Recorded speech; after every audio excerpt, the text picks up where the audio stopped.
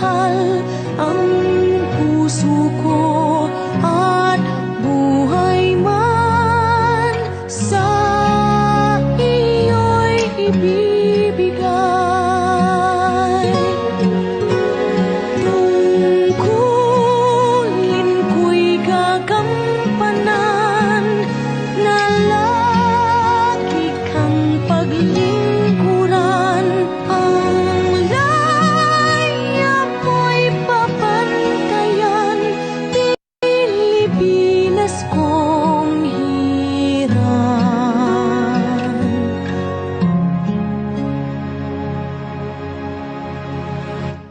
Pilipinas kong hirang.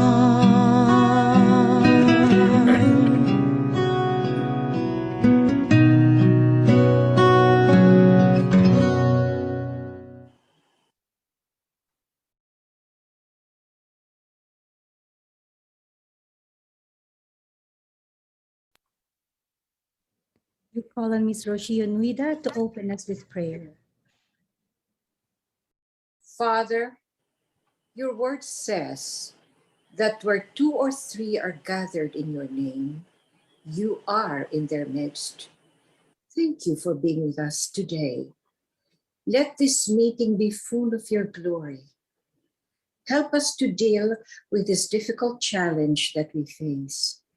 Help us to be united the same way you are in unity with your Son, Jesus, and the Holy Spirit. May we be one in spirit and have a common purpose. Holy Spirit of God, fill us with your power. We are hopeful that this undertaking will bear fruit. Your word says that if we commit anything into your hands, you will make it successful. We commit the fate of Malampaya into your able hands, our Lord. Malampaya is a plan, but it is your plan that prevails. Give us boldness to speak what you have placed in our hearts, and help us to follow your will. In Jesus' name we believe and pray. Amen. Amen. Thank you, Rocio, for that excellent prayer. My name is Eric Lachica, based here in Washington, D.C., and I'm the coordinator for the U.S. Filipinos for Good Governance. We have a very exciting news conference this evening, New York time. And just for ground rules for our media, please sign in with your name, your media organization. If you're a part of the audience, please put down your name and email address so we can send you handouts or updates. And if you have any questions, since we have 3 speakers, please put it on the chat page so we can sort out and prioritize the questions.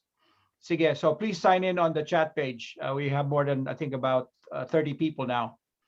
So the Zoom etiquette's on the screen, all right? If you plan to take care of personal business or multitask, please turn off your video and your audio so we can have a concentrate on the speakers. So, all right, thank you. We have a great administrator between Aquino. Thank you so much for setting up this Zoom news conference for us with your able partner there in the Philippines. Is Nicole also on the Zoom? That's good. So anyway, let me start. Let me introduce quickly our first speaker. We have Miss Loida Nicolas Lewis, who's based in New York. She's a philanthropist, and she's also the president, CEO of the U.S. Filipinos for Good Governance, and she will make an opening statement on behalf of U.S. FGG. Loida? Thank you, Eric. Good evening to those in the United States. Good morning to those in the Philippines. Today, 8 concerned Filipino Americans filed before the United States Securities and Exchange Commission a complaint against the Chevron Corporation, in connection with the anomalous sale of Chevron's 45% service contract in the Malampaya oil and gas field in the West Philippine Sea. These 8 PhilAms, aside from myself, are Rodell Rhodes, Arthur Medel, Rosillo Nuida, Celia Lamkin, Eric Lachica, Ago Pedalizo, and Art Garcia. In particular, our complaint says that Chevron Corporation, through its subsidiaries Chevron Philippines and Chevron Malampaya, allegedly conspired with several Philippine government officials, which could have violated Philippine laws and United States laws when Chevron filed its annual report 2020 before the U.S. Securities and Exchange Commission.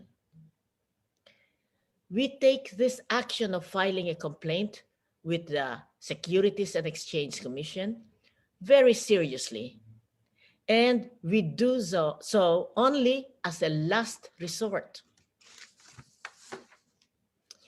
Right after a criminal complaint was filed at the Philippines Ombudsman in October 2021, we reached out to Chevron in San Ramon, California, through a retired Chevron Filipino-American executive to help us connect with Chevron Corporation.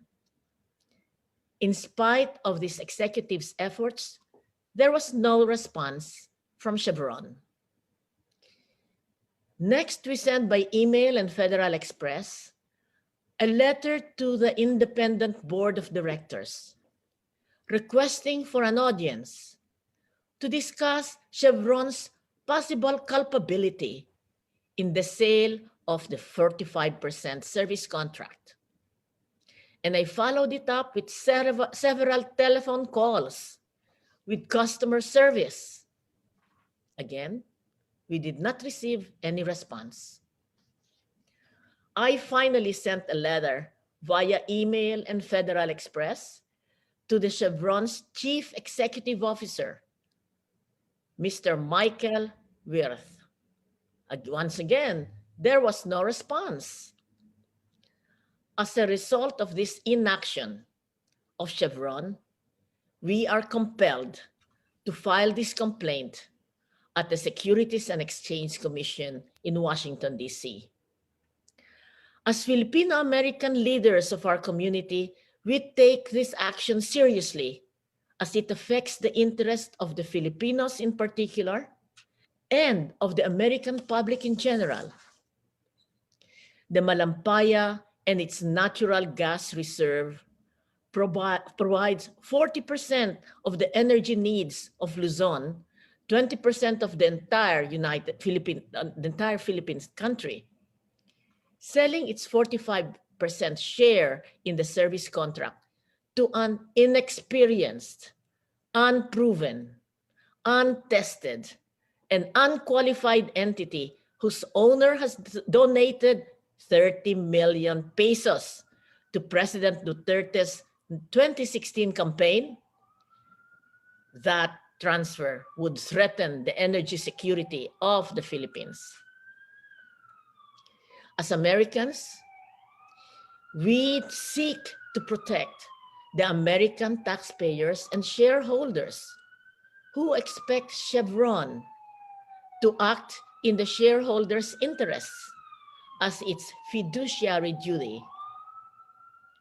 Most of all, this entity, which bought Chevron's 45% service contract in the Malampaya, has a partner in its telecom business, China Telecom, which is owned by the government of China. In addition, this entity, with its bid for liquefied natural gas storage terminal, had as its partner, once again, another China government-owned corporation, the CNOOC, China National Offshore Oil Corporation. Considering that the Malampaya gas field is also known to contain billions of barrels of oil, we can only surmise that what China cannot secure by force or by its debunked 9-dash line by the International Tribunal 6 years ago, now China could acquire by partnering with this entity that has bought the 45% service contract in the Malampaya in our West Philippine Sea. It finally could get its hands on the Philippines' treasure of oil and gas. Therefore, it is our hope that the United States Securities and Exchange Commission will conduct a thorough and exhaustive investigation into this matter to fulfill its mandate of protecting the American taxpayers and investors, and also its historical ally in China, in Asia, the Philippines, so that the SEC will investigate and see the possible illegal and fraudulent transaction of Chevron and its affiliates in the Philippines. Thank you very much. Thank you, Loida, for that background and explaining why we're doing this news conference. So let me segue to our next speaker, Attorney Rodell Rhodes, based in San Francisco. He is the president of our sister organization, the U.S. Pinoys for Good Governance. Rodell?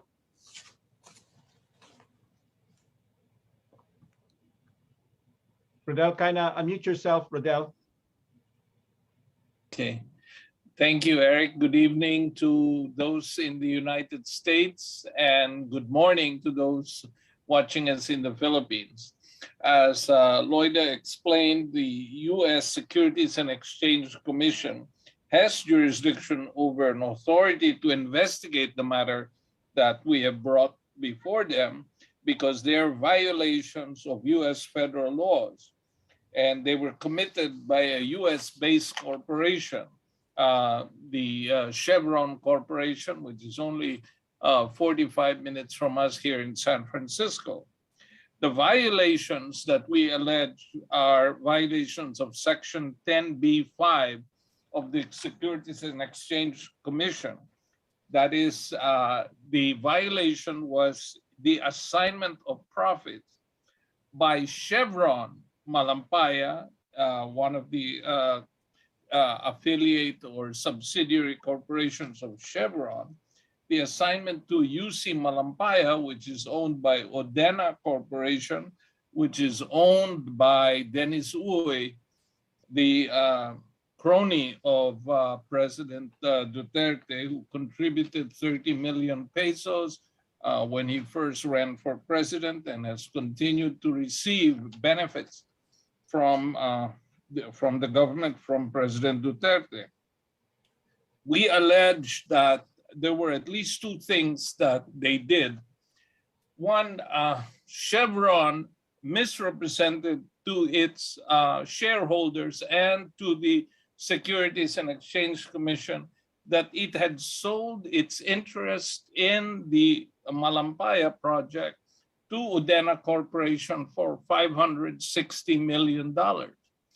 We later learned that of this 560 million, about 135 to 150 million actually was money that Chevron already earned that the Philippine government was going to pay during the course of the 20-year contract it had for with the Malampaya project. So this was not money that was separate from money that Chevron already was entitled to. So Chevron actually received about $400 million for its interest, its 45% share in the Malampaya project, not $560 million, which is what US shareholders of Chevron were informed. So they lost 160 million they were entitled to,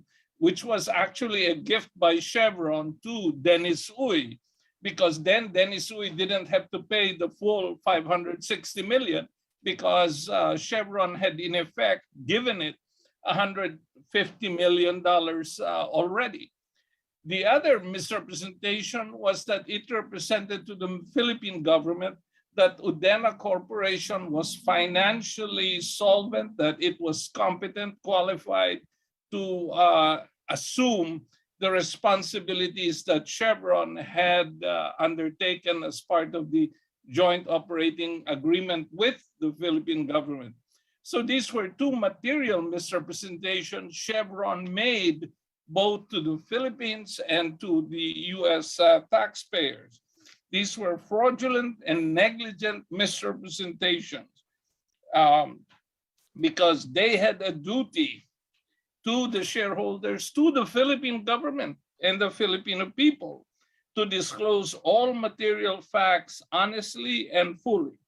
This information included its interest in the service contract.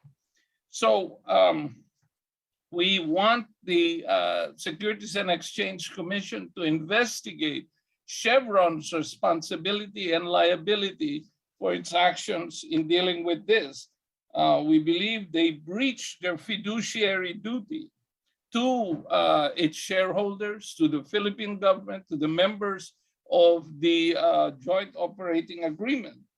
And they did because they did not honestly and fully disclose all material facts about the Chevron's interest in the service contract and about the technical and financial qualifications of Udena Corporation. And to this day, they still continue to misrepresent. That's why they do not want to meet with us, because they have so much to hide. And we believe that the SEC, with all of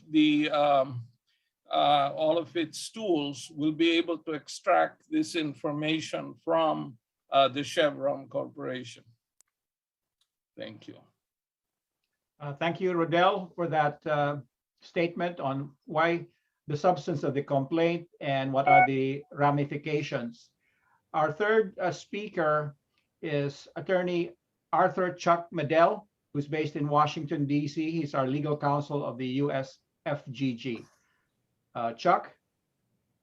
Thank you. Companies that make false and misleading statements in its public announcements violate the disclosure rules under the SEC. A common type of violation is fraud related to a company's reported financial results. What is the public policy rationale for action today?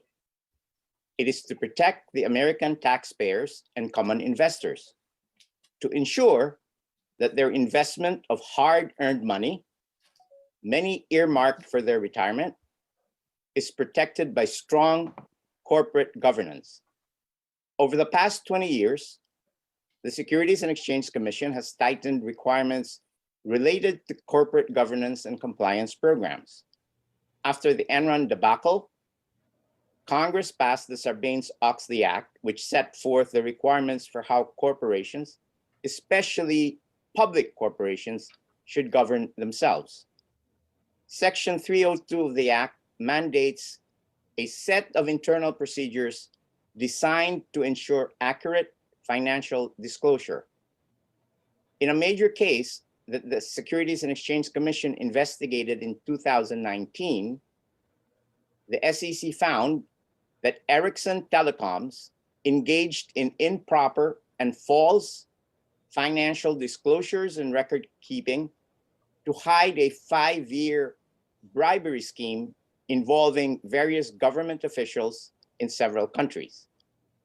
Ericsson was fined more than $1 billion for failure of its internal controls and governance, which allowed the criminal enterprise to continue for a number of years. The site for that is SEC v. Ericsson, 19 CV 11214, United States District Court for the District of New York, 2019. In another case, the commission found that a company materially overstated its revenue and operating income in various annual and quarterly reports it filed. In some cases, the company immediately recorded revenue despite certain contingencies in the contract. These accounting failures caused the company to materially misstate certain financial statements in the reporting duties. The company was fined $15 million. The site for that is in the matter of Orthofix International, 2017, Administrative Proceeding File Number 3, 17800, United States Securities and Exchange Commission. Why are these examples relevant? Because based on the conflicting statements of Chevron and Philippine government officials tasked to approve the sale of Chevron's interest in the Malampaya field, Chevron could be deemed to have made materially false or misleading pronouncement. On March 24, 2020, Chevron publicly announced in its 8K filing before the Securities and Exchange Commission that it had completed the sale of its share in the Malampaya field and that it received more than 500 million payment. But Philippine government officials testified under oath that Chevron got 500 million less whatever money was diverted already to Odena as early as April 30, 2019, even before the agreement was finalized. Secondly, Chevron said in its public statement that the sale was completed. In testimonies from Philippine government official, under oath, they said, in November 2020, almost a year after what Chevron said, Philippine government officials' position was that the agreement between Chevron and Malampaya and the Odena company was still a voidable agreement. This is the crux of our complaint before the SEC. We need the SEC to carefully look into Chevron's public announcement and determine whether this was a false and misleading statement in light of conflicting statements from foreign government official. If so, this would be to the detriment of Chevron's shareholders and American taxpayers.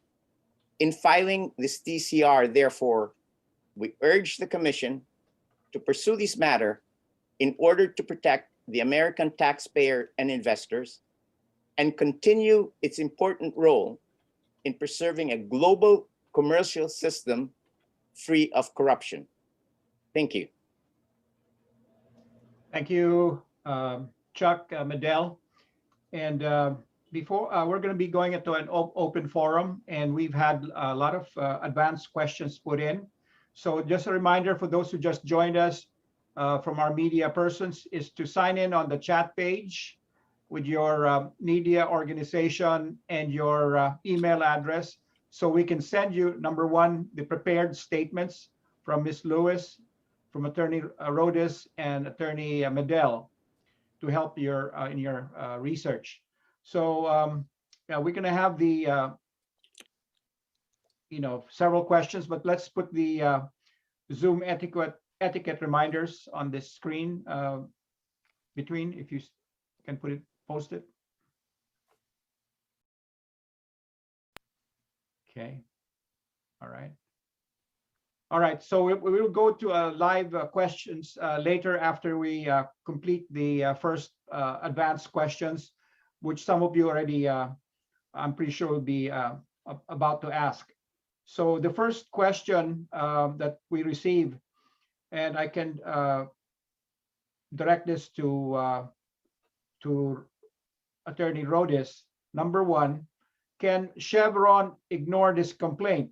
What are the ramifications if they do not comply with the SEC rules?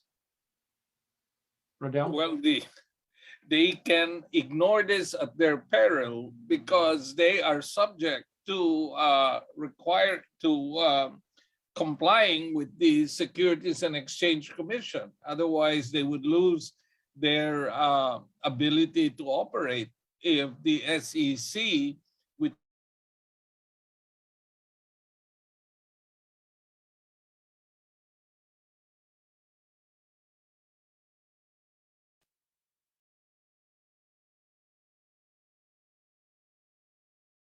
corporations that commit fraud, to continue to prey on the American public. So in order to assure the SEC that it is complying with US laws, it has to cooperate. It cannot ignore questions and investigation by the Securities and Exchange Commission.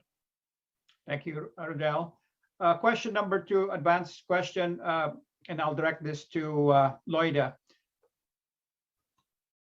Is it true that Dennis Uy is backed by the China National Offshore Oil Company?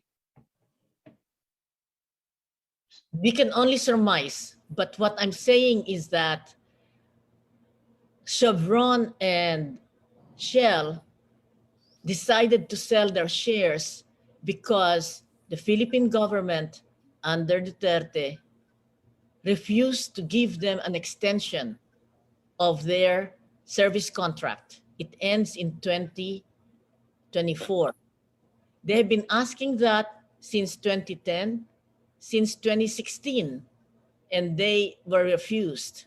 Now that Odena, or Dennis Uy, has acquired the 45% interest, he is asking for an extension from his buddy, President Duterte. And who is behind Odena's financing?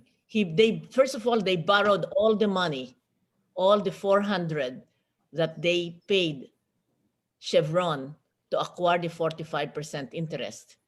And in several businesses that they wanted to start or have started in the Philippines, their partner is the government of China. So the question is, are you sure that China is not behind Dennis Uy? Nobody can be sure, but we base it on past performance. So I would say China is behind. Yes. As a follow-up to that, question number 2, and Rodell, you could probably answer this. What do you think is Duterte's role in this controversy? Is he defending Dennis Uy? Well, you know, when Duterte forced ABS-CBN when he pressured ABS-CBN to sell, the person that he wanted to sell, he wanted the Lopez family to sell it to, was Dennis Uy. That's what the Lopez family said, that they were under pressure from Duterte to sell the biggest media conglomerate to Dennis Uy. Now, Dennis Uy is heavily underwater. Almost all the businesses that it owns has been acquired from loans, and like this company that he set up, the UC Malampaya, which was incorporated in Singapore, not even in the Philippines, but it was financed by a Singapore corporation, the ING, and supposedly an Australian corporation.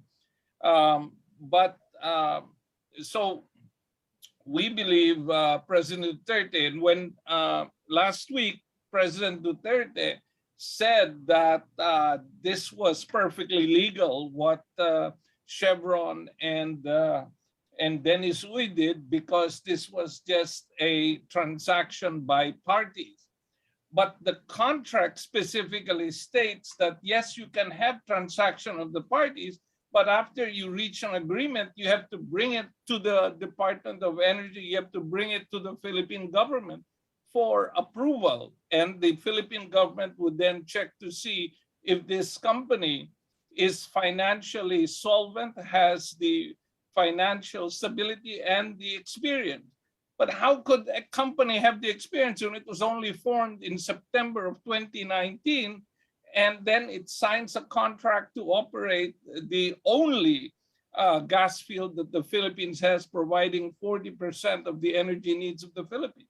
So clearly, the fact that President Duterte is backing both Dennis Uy and Cusi is evidence of, I think, collusion by him. Thank you, Rodell. Okay, I'm looking at the chat page. One of our early media persons from the Philam Press Club, Don Tagala of New York. All right. And I will direct this to Arthur Medel, our legal counsel. Can you please give us specific alleged violations by the Udena corporations, as you mentioned, and the documentation that you have in your possession to show that they violated the SEC, in addition to the 8,000, the 8K form that you showed earlier? And before you answer, could we have our administrator could you put that 8K form, that the SEC filing from Chevron, that might help explain the situation? All right, Chuck? Well, first of all, the documents that we got are documents from Chevron, and those are the 8K form, which they filed March 24th, 2020. Now that is on file with the SEC. If somebody wants to go look for it, they go to the website of the SEC, they go under either 10K filings or 8K filings, they can find it. So it was very simple, it was there. And in that particular filing, there is an exhibit, which is a press release dated March 24, 2020, that talks about certain developments that under the Chevron Corporation. There was a two sentence on the second page of that press release that says, the sale of our interest in Malampaya field in the Philippines was completed, and that we got more than 500 million. Now that is a public statement by a public corporation. The question now is, in Philippine hearings in the Senate, July 2020 and November 2020, that is not what the Philippine government officials are saying. And these are all public records. You know, this is not something we dug around, and this is all public records. It says that one, the sale is still voidable. Now, from a legal perspective, a voidable sale is not a completed sale. And then if they said that the monies they got was more than 500 million, if the testimony in the Senate says that as early as April 2019, before the sale was completed, Chevron was already diverting their share of the funds to Udena. So that does not mean that they got 500 million. They got maybe 400 500 million less 137. So 400 something. Now, our question is, we're not saying that there is something, you know, our question is simply based on the regulations of the SEC. A public company like Chevron is under a duty to report clear and true statements, not to make materially false statements. So that is the crux of our case. And that's all we're asking the SEC. Look into this, you know, what is going on. Okay, thank you, Chuck. All right, a question from Warren de Guzman of ABS-CBN. How will all of this impact the actual deal between UC, Malampaya, and Chevron? Can that deal be reversed, Rodell? Well, it's certainly our hope. I mean, the way it works for Udena is that they want to control 90% of the Malampaya gas field. They were only halfway there. They obtained illegally, in our view, the 45%, but they failed to get the Shell's 45% because the Philippine National Oil Company Exploration Commission came out and said that this was not in the interest of the Philippines and that it was withholding consent, which is required for that deal to go through. So that means that instead of getting at least $1 million a day, Udena is only getting $500,000 a day, which is certainly something the Philippine government needs now because of the typhoon and the pandemic that we're under. But we believe that the Philippine Senate has passed a resolution calling for the resignation of Secretary Cusi and for the filing of criminal charges against him. And we believe that these will show that there was collusion in what Senator Gatchalian called a lutong Macau, or a rigged assignment. Thank you, Rodell. All right. Let me see. We have a question from June Newcomb from Inquirer.net. What cases may be charged against President Duterte and possible liabilities, punishments after President Duterte is out of office? Are you planning to file charges against President Duterte once he's out of office? Loida, would you like to answer that? That's a tough question. I would want to, but let us look at the realities of the Philippine election. That's why I am campaigning for Leni Robredo, because Leni Robredo has no trace of any kind of corruption. She does her work. She is competent. She is straight. And so let the law take care of itself. And if she becomes president, President Duterte could be in jail. However, if it's the other candidate and not president, and not the vice president, Leni Robredo, now that's everybody's question. Okay. Juan de Guzman also will ask a follow-up email question. What are the penalties the U.S. Security Exchange Commission can impose on Chevron if your case prospers? Chuck? Well, I guess it would depend on how, what violation or with the degree of violation that the SEC finds. Oftentimes, if the company cooperates with the SEC investigation, they are given some kind of leniency. But as you know, there is a range, and I gave you, a pretty high range in the Ericsson case, which was 1 billion. And then in the Orthofix case, it was like about 15 million. I mean, it depends on what the actual violation that the SEC finds and how, what the posture of Chevron will be. I can't really answer that question. It would depend, that is now, the ball is now in the SEC's hands, and that's really what we wanted to do today. Let me add, Eric, that it's not just the potential penalties or fines of the SEC, but Chevron is going to be liable to the Filipino people if there is, and we believe it almost certainly will happen, that there will be an accident in the Malampaya gas field owing to the incompetence of UC Malampaya, of the Udena Corporation. And once that leak results in the ecological damage to the Palawan Sea, the fisher people, the fisher folks, and all the people who will be affected can sue Chevron for billions, because it was Chevron's liability and responsibility not to hand it to a company that was incompetent.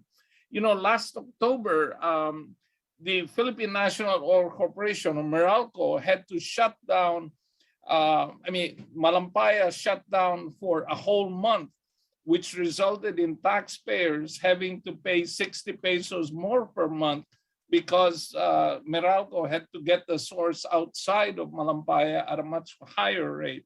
We predict this will become more frequent in the years to come under Malampaya, under UC Malampaya or the Odena, and that will cost Filipino taxpayers, consumers, billions. And so Chevron will remain liable for its irresponsibility.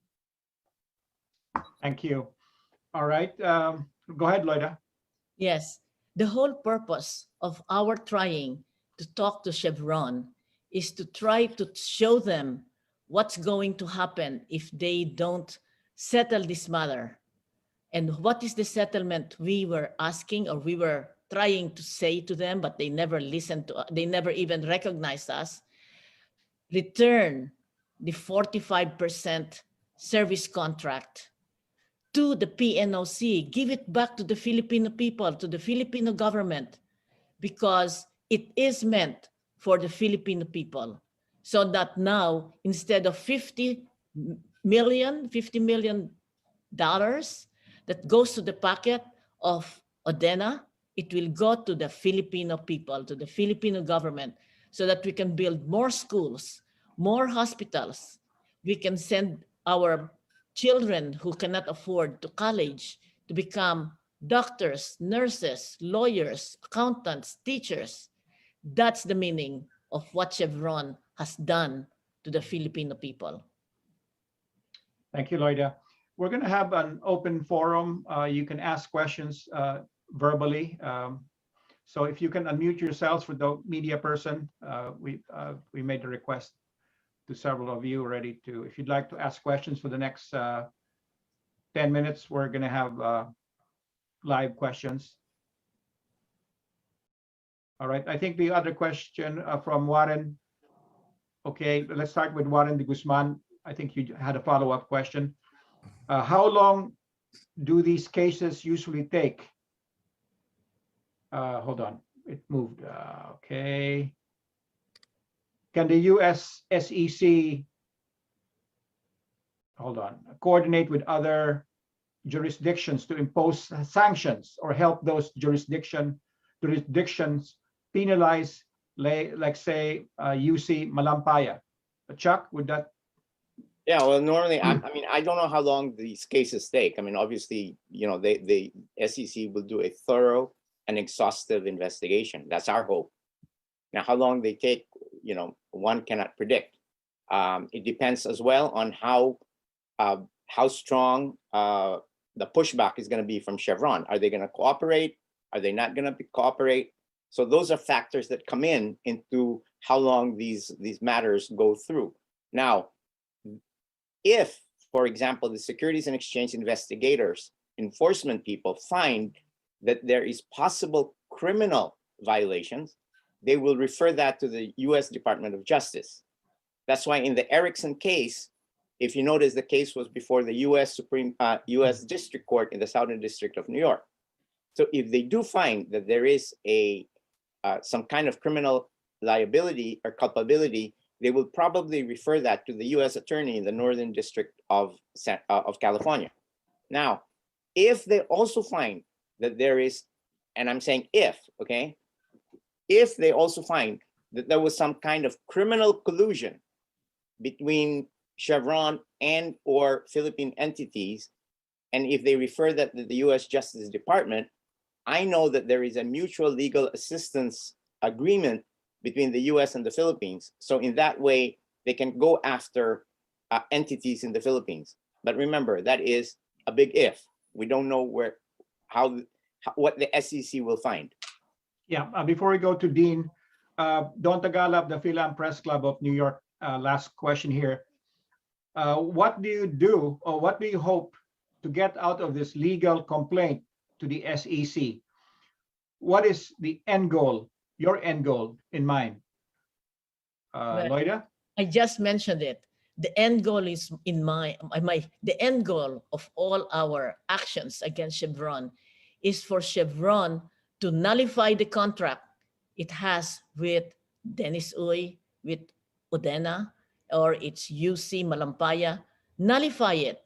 So it's back to zero, but PNOC is the natural or the law of the Presidential Decree 78 has the intention that when the foreign service contract is over or terminated, that PNOC takes over so that the benefit of the oil, the gas, and eventually we will find oil will come to the Philippine government and ultimately to the Filipino people. So that's the ultimate goal that we would want.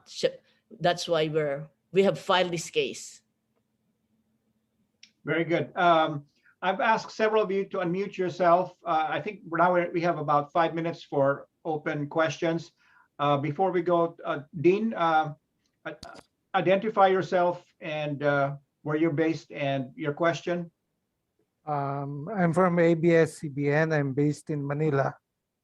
I write for ABS-CBN. My question is, if this was consummated in early 2020, that means that Udena has been earning every day since that time. Now, if this is reversed, what happens to the money that's been paid Udena? And that's almost 2 years of money being paid on a daily basis. So what happens to that money? Is it returned? What happens? Well, it's Chuck all, or Rodell? well, could I take a Sure. crack at it? Okay. It is all, it's going to be, court-based, and that may take time. But for my own practical self, I would say make a deal. Chevron, nullify the contract. Odena, Dennis Uy, accept the nullification of that contract, and in turn, turn it over to PNOC so that patas na. What do you get? You keep the money you took. That's the compromise. But return the treasure, the 45% service contract to PNOC. So for me, that's practical. But of course, I'm not the judge. But that for me is the ultimate. You got it, you got benefited, sige na lang. Pero return the treasure to the Filipino people. Fight for our Malampaya, free Malampaya from Dennis Uy and Odena. Give it back to the Filipino people. Thank you. Next question, Jaris Bondak of Philstar would like to ask, one, if it prospers, the complaint, will this complaint with the US SEC lead to criminal indictments in the US courts? Okay, it says that's the first question. All right, will it lead to the cancellation of the sale of the Chevron interest? Okay, hold on, my cursor is not moving too quick. Yeah, why don't you answer the first question, Chuck? Criminal indictments. Yes, as I mentioned again earlier, if the SEC enforcement division finds that there was criminal activity involved, and if there were some criminal laws that were involved, then they will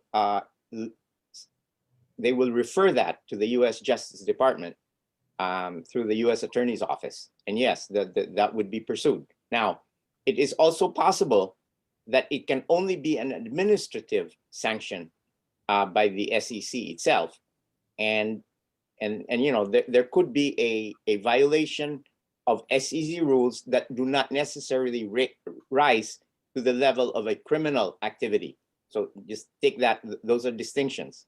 So if they do not find any kind of criminal activity, then it would simply be a violation of SEC rules, and that would be an administrative procedure under the SEC. Okay, question number two is, with this sale, would you know what happened to the billions of pesos that Chevron and Shell that were supposed to be deposited in the escrow for the restoration and rehabilitation of the Malampaya seabed at the end of the operation of the concession? Such restoration and rehabilitation fund is required by Philippine law in any concession to exploit natural resources on or offshore. Question. Rodell? Well, I think the one who can answer that best is Ed Manyalak, because that is a provision that was in the joint operating agreement, but which has not been mentioned in the sale of the Malampaya shares to Dennis Uy. Therefore, Dennis Uy might say it's not obligated to do it because it's not in the contract, which means that Chevron may ultimately be responsible because it did not transfer to Udena the responsibility under the agreement to restore the Malampaya back to its original condition. So that will be billions, and whether that's part of the agreement that Udena is to take it off the books or off the responsibility of Chevron is not clear because no mention of it was made in the sale of the Chevron shares to Udena Corporation. Okay. In fact, Rodell, if I may just add real quick, and that could probably go back to what your earlier point, wherein if something happens, so if they do not replace the seabed, then they could be liable to the Filipino people, to the fishermen in that area as well. That's right. I think the former PNOC, Ed Manyalak, is on the online. Yes. Yes, and he could address that. He has 10 minutes at the last part. Yeah. So, okay. Melly Nicolas, to everyone, your background image says... Ed Manyalak is back. Okay, Ed, would you like to answer the question? Yeah, good evening, guys, and good morning to Manila. No, regarding the decommissioning, that is called the decommissioning fund, and the service contract would have the service contractors, I think annually, deposit some money in that fund, to cover for future decommissioning after the field is declared not commercial, uneconomical, and has to be dismantled. That is there. Now, that has been asked several times before, but we haven't gotten any response or any answer from the DOE. I would think that the DOE is supervising the contributions to that fund and making sure that the contractors themselves, whoever they are in the consortium, are religiously contributing to that fund. Okay. Two quick questions we can answer. When was this complaint filed? It was today, West Coast time. It was filed with the SEC this afternoon. And we had a receipt of, they accepted the complaint. All right. The other question is that from Melly Nicolas in the Philippines, your background image says boycott Chevron. What is this all about, Loida? Yes, I have, but in 1 week from now, the Filipino Americans in San Francisco, in California, are going to go to the San Ramon headquarters of Chevron with a demonstration to boycott Chevron. Why? Because in the United States, they won't listen to you until the pocketbook is affected. So if all the 4 million Filipinos in the United States, in the United States, would boycott and not buy from Chevron, maybe they will start to listen and maybe will try to talk to us on what is the best solution to the Malampaya question. And as I said before, they should nullify the contract and return Malampaya to the Filipino people. Okay, really quick question. If you suspect, it's one from our viewers right now, if you suspect that China is behind Dennis Uy, then isn't our hope for a settlement in the form of a modus vivendi, where they just return the 45% and keep the money? Is it unrealistic because the Chinese motivation behind the funding for Uy would to get strategic control of this asset? Question mark. Rodell, would you like to answer that? Well, we have thought about this. We've discussed this. We fear that Dennis Uy is a Trojan horse for China, that he is there to advance the interests of China. And we hope that all the public clamor that has built up is going to force him somehow to withdraw. Let's remember one thing. The Philippine Senate voted in favor of a resolution to condemn what happened. Now, 3 years ago, Duterte's party won all 12 seats. The majority of the members of the Philippine Senate are conservative. They're Duterte supporters. And yet, they voted to condemn this sale. The Philippine Chamber of Commerce and Industry came out also against the sale. The Knights of Columbus, Couples for Christ, all the groups in the Philippines that have studied this have said this is the most corrupt deal that has ever been done, the most corrupt crony deal. So I hope that all this clamor that has come out will result in shaming these people who have gone well beyond what is normal corruption, so that they can go back and make it the normal corruption instead of the super normal corruption that they've engaged in. Thank you, Rodell. We'll have a quick. May I just have another opinion? Go ahead, All right. Leda. In the end, I am calling on Dennis Uy, who is a third generation Chinese Filipino, so that he is Filipino, born into the Philippines. And there is also the possibility that his own love for the country will cause him to turn his back from China on this issue alone. Why? Because as a businessman, it is causing him so much trouble. He has to pay lawyers, he has to spend time, he will have sleepless night, and he is being talked about. And what is that effect on the children? So for me, as a businessman, menos, meaning to say it causes more trouble, so get rid of it. Return Malampaya back to the Filipino people. Chevron will do it, he will do it, and the Filipino people will win. Thank you, Loida. Before we go to the closing remarks of Eddie Manyalak, the former PNOC president, we have a quick announcement from Rad Abarientos. He's one of our leaders in San Francisco USFGG. Rad, if you're online, could you unmute yourself and give us an update on the rally that you're planning next week? Yes, ladies and gentlemen, thank you for having me here. Well, we heard it, so I guess everyone now have their minds on what shall we do about this case. So here we are. So if you see the screen, we are planning to boycott.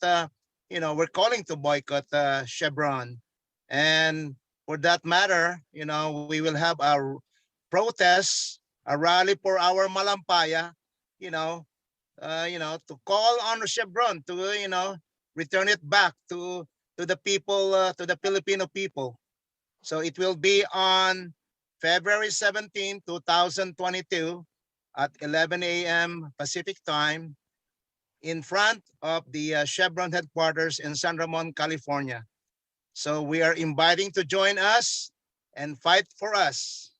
Ladies and gentlemen, please, I beg you to join us. Thank you, Eric. Thank you, Rod. Mr. Eddie Manyalak, former PNOC president, for your closing remarks. Thank you very much. Okay, ladies and gentlemen of the press, respected leaders of the Filipino-American communities in New York, California, the Marianas Islands, and the rest of the US, my fellow Filipinos among the PhilAms present here at the Zoom meeting today, friends of the Philippines, mabuhay po. I am privileged to have been asked to participate in this press conference so that I am able to thank everyone involved in the many difficult activities that have led to this extraordinarily important occasion. The filing of the case against Chevron with the U.S. Securities and Exchange Commission for its role in the illegal transfer of Chevron's Malampaya interest in the service contract to the Odena Corporation. It has been a long and arduous road to this milestone, involving much sacrifice in time and energy from the people who made a committed effort to bring the people and agencies responsible for this travesty to ultimate justice. This achievement also marks the beginning, however, of many legal and political challenges we have yet to face and hopefully overcome. It took uncommon courage for 8 people to sign the complaint against Chevron. Special thanks must go to them and to the person who led them, Ma'am Loida Lewis, who from the very first time she was told of this disastrous deal, immediately began to work to disseminate the information and actively plan and pursue strategies to rescind it. Attorney Rodell Rhodes, whose loyalty and allegiance to the PhilAm communities have motivated him to action against this Malampaya deal, speaking out in various forums to Manila and in the US, the filing of this landmark case and the organizing of rallies to demonstrate PhilAm support for this movement. And many thanks to my friend Chuck Medel, whose white paper he prepared from the very start more than 2 years ago. He started all of this. Allow me to also thank the people who worked tirelessly in the Philippines, truly selfless individuals, too many to mention here, but deserving of our gratitude. This group includes the members of media in the Philippines who supported our goals and made it known. We are also extremely grateful to the Senate Committee on Energy, headed by Senator Sherwin Gatchalian, who organized the Senate hearings in which the Malampaya deal and its travesties were fully revealed to the public, causing the Philippine Senate to pass a resolution to demand a legal investigation by the Ombudsman and the resignation of Secretary Cusi. My friends, all these combined efforts were exerted for one reason and one reason alone. No one involved desired any monetary gain, believing only that it is their duty as Filipino citizens to voice their anger and indignation against what was blatantly an act of criminal corruption and political patronage. This was a crime of huge proportion against the Filipino people, who are the real owners of Malampaya, who depend on its resources to power our homes and businesses, who rely on the income generated to fund crucial social programs. Our love of country alone is the reason for everything you have heard here today. We are of one voice in our clamor against these guilty parties. Imagine that today, the Odena Corporation receives the unholy amount of 50 million pesos a day. 50 million pesos every single day. Money that rightfully belongs to the Filipinos. Money that can be used to fight the pandemic, buy enough vaccines for our entire population, promptly pay the benefits to our heroic frontliners, build enough classrooms for our children, reform our healthcare system, and raise the living standards of our wretched poor. Chevron, Secretary Cusi, Dennis Uy, and their cohorts have taken this money from us, and we are determined to do everything to get it back. Thank you again to the members of the press for listening and joining us in this campaign against a grievous wrong done to the people in dire need of economic and social justice. Dear friends, let us continue to be vigilant. Let us show that we remain angry and will remain to demand justice until the Malampaya is finally returned to its rightful owners, the Filipino people. Let us demonstrate to the leaders of the United States that one of theirs is also responsible for this crime and must pay. Finally, let us humbly bow our heads in common prayer to thank the Almighty, who oversees all our efforts and inspires us to do good in the midst of all evil. Maraming salamat po. Maraming Thank you. salamat. Amen. Thank you. Yes. That was beautiful. Okay. To everyone, thank you. This ends our formal news conference. I know some of you would like to cuento and to assess our news conference.